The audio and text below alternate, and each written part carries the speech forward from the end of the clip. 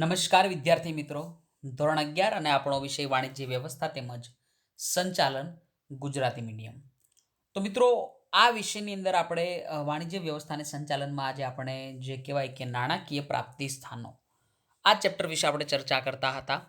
તો હવે આપણે થોડા આગળ વધ્યા ચેપ્ટરની અંદર, કે જ્યાં તમે જોઈ શકો જાહેર ખાનગી અને વૈશ્વિક સાહસો ચેપ્ટર નંબર 7, જે તમારા સિલેબસમાં આખું ચેપ્ટર શું થયેલું, ઓમિટ થયેલું, એટલે કે આપણા સિલેબસમાં રાખવામાં આવેલું નથી. એના પછી ચેપ્ટર નંબર 8માં તમે જોઈ શકો કે અલગ અલગ આપણે અહીંયા પોઈન્ટોની વિશે ચર્ચા કરી હતી. અને આ ચેપ્ટરની વાત કરવામાં આવે તો આ સમગ્ર ચેપ્ટર કે જે તમારા સિલેબસમાં છે, એક પણ પોઈન્ટ તમારા સિલેબસમાંથી કેન્સલ થયેલો નથી. એટલે કે આપણે અહીંયા આખું જે ચેપ્ટર એના વિશે આપણે ચર્ચા કરવાના. તો સૌથી પહેલાં તમે જોઈ શકો કે ધંધાકીય મૂડીનો ખ્યાલ, જેમાં જરૂરિયાત અને મહત્વ વિશે વાત કરી હતી. એના પછી માલિકીના ભંડોળમાં સૌથી પહેલાં આપણે ઇક્વિટી શેર વિશે વાત કરી, પ્રેફરન્સ શેર વિશે, અને જે કહેવાય કે ઇક્વિટી શેર અને પ્રેફરન્સ શેર વચ્ચેનો તફાવત, અને એના પછી જે નફાનું પુનઃ રોકાણ. એના પછી 8 પોઈન્ટ, જે ત્રણનો પોઈન્ટ તમે જોઈ શકો કે ઉછીના ભંડોળો, જેની અંદર ડિબેન્ચર વિશે આપણે ચર્ચા કરી અને બોન્ડ વિશે મારા ખ્યાલથી ચર્ચા કરી લીધી હતી. અને આજના લેક્ચરની અંદર આપણે કે જે જાહેર થાપણો અને સાથે સાથે જે કહેવાય કે નાણાકીય સંસ્થાઓ દ્વારા લોન, વ્યાપારી બેંકો, વેપારી શાખ, આંતર કંપની થાપણો અને માલિકીના ભંડોળ તેમજ ઉછીના ભંડોળ વચ્ચેનો તફાવત. તો આજે આપણે શરૂઆત કરીશું જાહેર થાપણોથી, કે જે તમે પેજ નંબર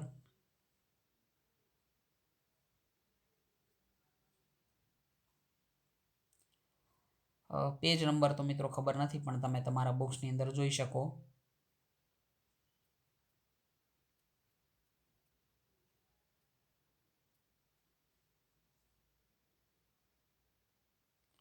યસ, તો અહીંયા ઉછીના ભંડોળો તમે 90 નંબરના પેજ ઉપર જોઈ શકો, કે જેની અંદર આપણે સૌથી પહેલાં વાત કરી હતી ડિબેન્ચરો વિશે, અને જેમાં આપણે એની લાક્ષણિકતાઓ વિશે ચર્ચા કરી હતી, એના પ્રકારો જોયા હતા: સલામતી, રૂપાંતરણીય અને બિન રૂપાંતરણીય ડિબેન્ચર. એના પછી આપણે બોન્ડ વિશે પણ વાત કરી હતી, કે બોન્ડ કે જે સરકાર અથવા તો જે કહેવાય કે મ્યુનિસિપલ કોર્પોરેશન અને કંપની દ્વારા બહાર પાડવામાં આવે. એના પછી થોડા આગળ વધીએ, અને એના પછી જે જાહેર થાપણો વિશે આપણે વાત કરી હતી, કે તમે પેજ નંબર 91 ઉપર જોઈ શકો મિત્રો, તમારી બુક્સની અંદર પેજ નંબર 91, જાહેર થાપણો. અને મારા ખ્યાલથી જાહેર થાપણોની અંદર આપણે જે ઇન્ટ્રો પેરા હતો, એટલે કે આ પરિચય વિશે વાત કરી હતી, કે જાહેર થાપણો માસિક હોઈ શકે, 3 માસની, અર્ધવાર્ષિક 6 મહિનાની અને 12 મહિનાની, એટલે કે વાર્ષિક હોઈ શકે. હવે આગળ વધીએ તો જાહેર થાપણોના ફાયદા અને એની મર્યાદાઓ વિશે ચર્ચા બાકી હતી. તો આજના લેક્ચરની શરૂઆત આપણે અહીંથી કરીશું. પેજ નંબર 91 ઉપર તમે જોઈ શકો એના ફાયદાઓ અને ગેરફાયદાઓ. તો મિત્રો, આપણે સૌથી પહેલાં અહીંયા જે એના 5 ફાયદા વિશે વાત કરીએ, કે જાહેર થાપણોના 5 ફાયદા. સૌથી પહેલાં જોઈ શકો નાણાં મેળવવા સરળ. પ્રતિષ્ઠિત અને નફો કરતી કંપનીઓને સરળતાથી નાણાં મળી રહે છે. તો સમજો કે મિત્રો, તમે ઓછીના નાણાંની અંદર તમે સમજો કે જાહેર થાપણો એટલે કે પબ્લિક પાસેથી તમે જ્યારે પૈસા લેતા હો. હવે તમારી કંપની જો પ્રતિષ્ઠિત હોય અને કંપની સારો નફો કમાતી હોય, તો આવી કંપનીઓને સરળતાથી નાણાં મળી શકે છે. એક ઉદાહરણ તમને આપું, કે સમજો કે તમે જ કોઈ બિઝનેસ કરતા હોય અને તમારી બિઝનેસની અંદર સમજો કે સારી એવી કમાણી હોય, તો તમારી સોસાયટીમાં બધાને ખબર પડવાની છે કે આ ભાઈનો સારો બિઝનેસ ચાલે, સારી કમાણી. તો તમે ક્યારેય પણ કોઈ વ્યક્તિ પાસે જો તમારે પૈસાની જરૂર પડે અને તમે માગો, તો કોઈ પણ વ્યક્તિ તમને ક્યારેય ના પાડે નહીં. કેમ? કારણ કે તમારી કંપની અથવા તો તમારો જે બિઝનેસ અથવા તો તમારી પ્રતિષ્ઠા કેવી હોય, સારી હોય, તમે સારા પૈસા કમાતા હોય, એટલે કે એને પૈસાની સેફ્ટી રહે, કે આ પૈસા આપણી પાસે ગમે ત્યારે આવી જશે. સો અહીંયા કોઈ એવું રિસ્ક નથી, એટલા માટે તમને શું થાય, સરળતાથી પૈસા મળી રહે. એના પછી એનો બીજો ફાયદો તમે જોઈ શકો કે નાણાં મેળવવાનો ઓછો ખર્ચ.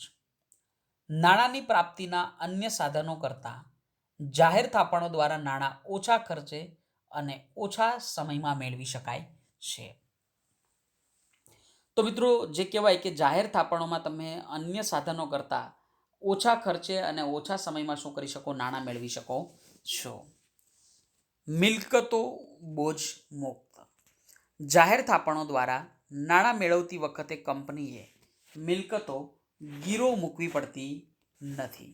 એટલે કે સમજો કે જ્યારે પણ કંપની દ્વારા ઉછીના તો ના કહેવાય પણ જે કહેવાય કે જાહેર થાપણો દ્વારા જ્યારે કંપની નાણાં મેળવે તો કંપનીએ પોતાની કોઈ પણ મિલકતને ગીરો મૂકવી પડતી નથી. તેથી આ ભવિષ્યમાં મિલકતો ગીરો મૂકી વધુ ઓછીની મૂડી મેળવી શકાય છે. સમજો કે મિત્રો મારી પાસે 10 લાખની કોઈ મિલકત છે. મારે જો પૈસાની જરૂર પડે, હું જાહેર થાપણો દ્વારા જો નાણાં લેતો હોય તો મારે આ 10 લાખ રૂપિયાની જે મિલકત હોય એ ગીરો મૂકવી પડતી નથી. ગીરો મૂકવી એટલે કે તમે આ 10 લાખની જે મિલકત હોય એની ફાઇલ તમે કોને આપો, બેંકને આપો, અથવા તો જ્યાંથી પણ પૈસા લાવો તેને આપો, તો એને શું કહેવાય, ગીરો મૂકેલી કહેવાય. એના પછી જોઈએ વ્યાજ એ ખર્ચ છે. એટલે કે જાહેર થાપણો પર ચૂકવવું પડતું વ્યાજ એ કંપની માટે શું કહેવાય, ખર્ચ. તેથી આવકવેરામાં ખર્ચ તરીકે બાદ મળે અને તેથી કંપનીએ કરવેરો કેવો ભરવો પડે, ઓછો. તો મિત્રો આ પણ એક મહત્વનો પોઈન્ટ કહેવાય, ફાયદો સારો એવો કહેવાય તમારા સમજવા માટે પણ, કે અહીંયા જે કંપની સમજો કે જાહેર થાપણો ઉપર જે વ્યાજ ચૂકવે, આ વ્યાજ કંપની માટે શું છે, ખર્ચ. તો અહીંયા કંપનીને શું ફાયદો થાય કે જ્યારે પણ કંપનીનો નફો હોય, આ નફામાંથી કંપની શું કરે, એનો જે આ ખર્ચ, આ જે વ્યાજ ચૂકવેલો એને શું કરે, માઇનસ. તો મિત્રો જ્યારે વ્યાજ સમજો કે માઇનસ થાય તો કંપનીનો નફો ઘટી જાય, અને કંપનીનો નફો ઘટે તો કંપનીએ ઓછો કર ચૂકવવો પડે, ઓછો કરવેરો ભરવો પડે. અને એના પછી એક છેલ્લો ફાયદો અહીંયા જોઈ લઈએ તો કાર્યશીલ મૂડી તરીકે ઉપયોગ. કાર્યશીલ મૂડી એટલે કે જ્યારે ટૂંકા ગાળાની જરૂરિયાત હોય ત્યારની વાત છે આ. તો મિત્રો સમજો કે કંપની પોતાની ટૂંકા ગાળાની નાણાકીય જરૂરિયાત સંતોષવા માટે જાહેર થાપણો દ્વારા નાણાં મેળવી કાર્યશીલ મૂડીની જરૂરિયાતોને સંતોષી શકે છે. તો મિત્રો અહીંયા આપણે જે અલગ અલગ 5 ફાયદાઓ વિશે ચર્ચા કરી, જેમાં સૌથી પહેલાં નાણાં મેળવવા કેવા સરળ છે, નાણાં મેળવવાનો ખર્ચ ઓછો થાય, મિલકતો બોજા મુક્ત હોય, વ્યાજે ખર્ચ ગણવામાં આવે અને કાર્યશીલ મૂડી તરીકે ઉપયોગ. તો આ 5 જે ફાયદા એ વાંચવા માટે મિત્રો હું તમને 1.5 થી 2 મિનિટનો સમયગાળો આપીશ. બેસતા નહીં કોઈ વિદ્યાર્થી મિત્રો, દરેક વિદ્યાર્થી મિત્રો શું કરશે, આ 5 ફાયદાઓનું સ્વ અધ્યયન કરશે. So please friend, continue it.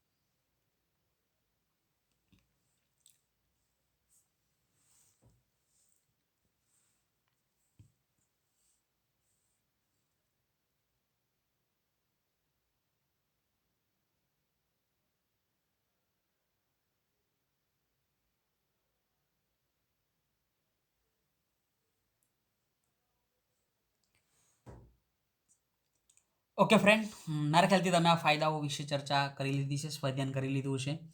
થોડા આગળ વધીએ.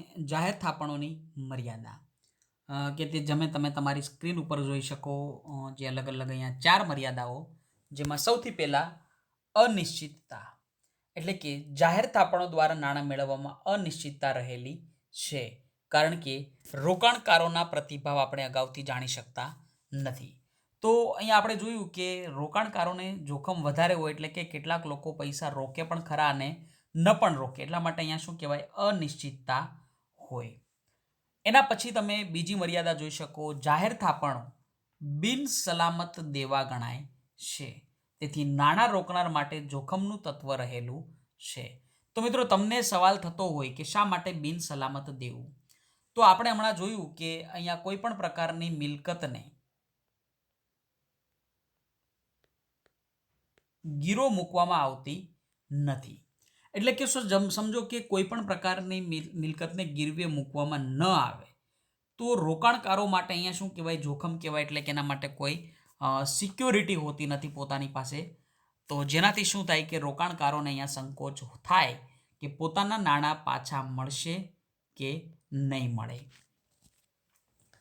એના પછી તમે જે ત્રીજી મર્યાદા જોઈ શકો કે સુખના સમયનો સાથી. જાહેર થાપણો એ કંપની માટે સાનુકૂળ અને સુખના સમયના સાથી જેવો છે, કારણ કે જ્યારે કંપનીની આર્થિક પરિસ્થિતિ બગડે કે કંપની વિશે બજારમાં ખોટી અફવા ફેલાય, ત્યારે રોકાણકારો પોતાની થાપણો પાકતી મુદ્દત પહેલાં પરત મેળવવા ઘસારો કરે છે અને થાપણો શું કરે, ઉપાડી લે.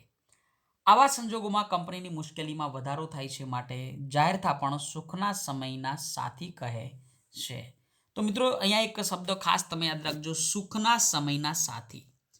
એટલે કે જાહેર થાપણો એ કંપની માટે શું હોય, સુખના સમયના સાથી. એટલે કે જ્યારે કંપનીની પરિસ્થિતિ સારી હોય ત્યારે તમારી પાસે જાહેર થાપણોના નાણાં હોય, અને જ્યારે કંપનીની સ્થિતિ સારી ન હોય ત્યારે તમે જાહેર થાપણોના નાણાં મેળવી શકતા નથી. એટલે કે અહીંયા તમે જોઈ શકો કે સુખના સમયનો સાથી. સમજો કે મારી કંપની એ લિમિટેડ, મેં સમજો કે મારી કંપનીએ 500 કરોડની જાહેર થાપણ મેળવેલી છે. મિત્રો, ખાસ કરીને તમને પહેલાં કહી દઉં, આ ઉદાહરણ છે, હાઇપોથેટિકલ, આને કોઈ સિરિયસલી ના લઈ લેતા કે સારી કમાણી લાગે આ ફિલ્ડની અંદર.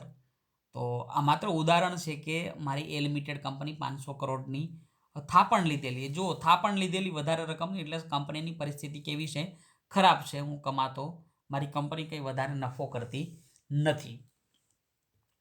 તો હવે સમજો કે 500 કરોડની થાપણ તો મને મળી ગઈ, મારી કંપનીની સ્થિતિ કેવી છે, સારી છે. પણ કોઈ બહારનો વ્યક્તિ કે જેણે સમજો કે કોઈ ખોટી માર્કેટમાં બજારમાં અફવા ફેલાવી કે આજે એ લિમિટેડ કંપની કે જે લોસમાં છે, કંપની બંધ થવાની કગાર ઉપર છે, તો આનાથી શું થાય કે જેટલા લોકોએ પણ જાહેર થાપણો તરીકે મારી કંપનીમાં પૈસા મૂકેલા, આ બધા લોકો શું કરશે, આ એક સાથે બધા પૈસા શું કરશે, ઉપાડી લેશે. કારણ કે આ થાપણો, જે પણ જાહેર થાપણો કે જે આપણે કહી શકીએ કે રોકાણકારો માટે જોખમ થોડું ઘણું રહેલું, કારણ કે અહીંયા કોઈ પણ પ્રકારની મિલકતને ગીરો મૂકવામાં આવતી નથી. તો આપણે કહી શકીએ કે સુખના સમય તરીકેના સાથી તરીકે જાહેર થાપણોની આપણે કહી શકીએ, જાહેર થાપણો એ સુખનો સમયનો સાથી.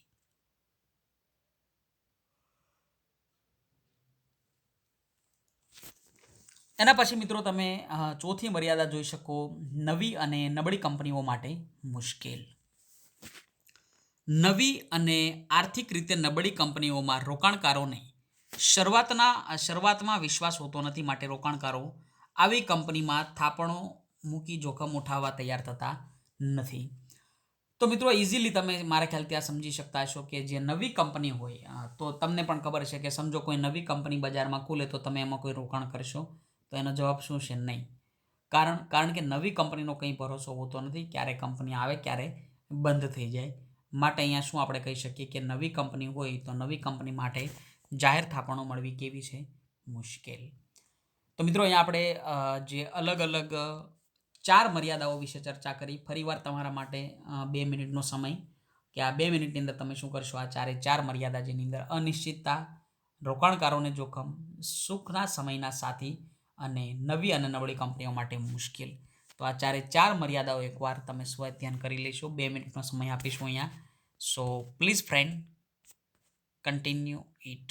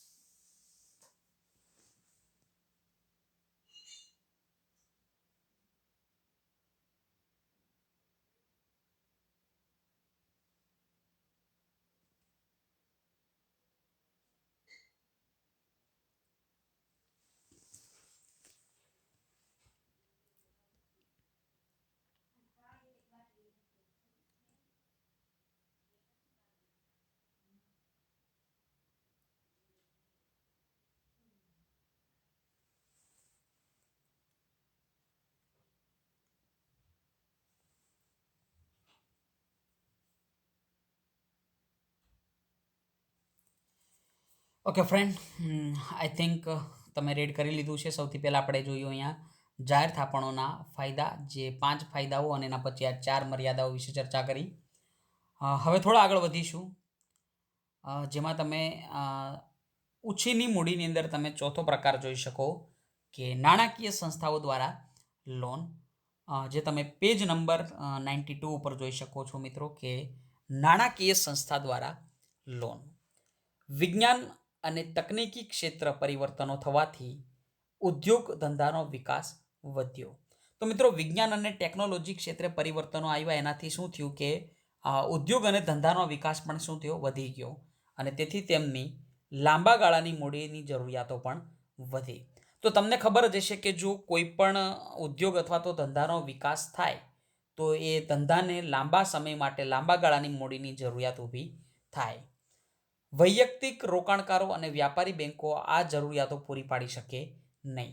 તો મિત્રો, જ્યારે લાંબા ગાળાની મૂડીની જરૂરિયાતો પડે, લાંબા ગાળાની એટલે કે લાંબા સમય માટે અને વધારે મૂડીની જરૂરિયાત પડે, તો વૈયક્તિક રોકાણકારો એટલે કે તમારી અને મારી જેવા એક એક રોકાણકારો હોય, એ આ રોકાણ પૂરું પાડી શકે નહીં, આ જરૂરિયાત પૂરી પાડી શકે નહીં. અને વ્યાપારી બેંકો પણ આ જરૂરિયાત પૂરી પાડી શકે નહીં. તેથી લાંબા ગાળાની મૂડીની જરૂરિયાતોને પહોંચી વળવા દેશમાં વિશિષ્ટ નાણાકીય સંસ્થાઓની જરૂરિયાત ઉદ્ભવી છે. તો હવે આપણે જોઈશું કે લાંબા ગાળાની મૂડીની જરૂરિયાતને પહોંચી વળવા કઈ કઈ જે નાણાકીય સંસ્થાઓ આપણા દેશની અંદર છે તેના નામ વિશે પણ આપણે જોઈશું. ભારતમાં આઝાદી પછી પંચવર્ષીય યોજનાઓ શરૂ થતાં ઔદ્યોગિક વિકાસ પર ભાર મૂકવામાં આવ્યો. તો મિત્રો, મારા ખ્યાલથી તમને ખબર જ હશે કે આઝાદી પછી પંચવર્ષીય યોજનાની શરૂઆત ક્યારે થઈ? તો 1951માં પ્રથમ પંચવર્ષીય યોજના હતી અને છેલ્લી યોજના જે કહેવાય કે 2012થી 2017ની, કે જે 12મી પંચવર્ષીય યોજના હતી. તો આઝાદી પછી પંચવર્ષીય યોજના શરૂ થતાં ઔદ્યોગિક વિકાસ ઉપર ભાર મૂકવામાં આવ્યો. અને જાહેર ક્ષેત્ર એટલે કે સરકાર હસ્તક કંપની હોય એની વાત કરીએ, અને ખાનગી ક્ષેત્ર તો અર્થતંત્રની અંદર જાહેર ક્ષેત્રની સાથે ખાનગી ક્ષેત્ર ઊભા થતા ઉદ્યોગોને લાંબા ગાળાની મૂડી મળે તે હેતુથી ભારત સરકાર દ્વારા નાણાકીય સંસ્થાઓની સ્થાપના કરવામાં આવી. અને સાથે સાથે નાના તેમજ મધ્યમ કદના એકમોને નાણાકીય સહાય મળે તે ઉદ્દેશથી રાજ્ય નાણાં નિગમોની પણ સ્થાપના કરવામાં આવેલી છે. તો હવે મિત્રો આપણે અહીંયા જોઈશું કે કઈ કઈ એવી નાણાકીય સંસ્થા છે કે જે લાંબા ગાળાની મૂડીની જરૂરિયાતો પૂરી પાડે છે. તો તમે પેજ નંબર 92 અથવા તો તમારી મોબાઈલની સ્ક્રીન ઉપર પણ જોઈ શકો. સૌથી પહેલાં ભારતીય ઔદ્યોગિક નાણાં નિગમ, કે જેને આપણે કહી શકીએ industrial finance corporation of India, IFCI. મિત્રો ખાસ તમને કહું કે વન સેન્ટેન્સમાં પૂછાઈ શકે, ફૂલ ફોર્મ આપો, પૂરું નામ જણાવો IFCIનું, તો શું લખશો તમે? Industrial finance corporation of India. ભારતીય ઔદ્યોગિક વિકાસ બેંક IDBI, કે જેનું પૂરું નામ શું? Industrial development bank of India, એટલે કે IDBI બેંક. ભારતીય ઔદ્યોગિક શાખ અને રોકાણ નિગમ, તો જેનું તમે પૂરું નામ જોઈ શકો industrial credit and investment corporation of India, જે ICICIનું પૂરું નામ. આ ત્રણ જે અહીંયા સંસ્થા કે કેન્દ્ર સરકાર વતી અથવા તો જે કહેવાય કે નાણાકીય સહાય મળે એ રીતેથી, અને એના પછી રાજ્ય નાણાં નિગમોની પણ સ્થાપના થઈ, જેની અંદર તમે જોઈ શકો GSFC Gujarat state finance corporation અને GIIC Gujarat industrial investment corporation. તો મિત્રો અહીંયા આપણે નાણાકીય સંસ્થાઓની અંદર વાત કરી, જેમાં 5 નાણાકીય અલગ અલગ સંસ્થાઓ પણ જોઈ. એના પછી એના કાર્યોનો મુદ્દો છે જ, પરંતુ અહીંયા તમારા માટે 2 મિનિટ પણ છે અમારી માટે. તો પ્લીઝ મિત્રો આ 2 મિનિટની અંદર તમે શું કરશો? નાણાકીય સંસ્થાઓ દ્વારા લોનની અંદર જે બંને પેરેગ્રાફ અને વિવિધ સંસ્થાઓના નામ ફૂલ ફોર્મ સાથે એકવાર અત્યારે જ વાંચી લેશો આ 2 મિનિટની અંદર તમે. So please friend, continue.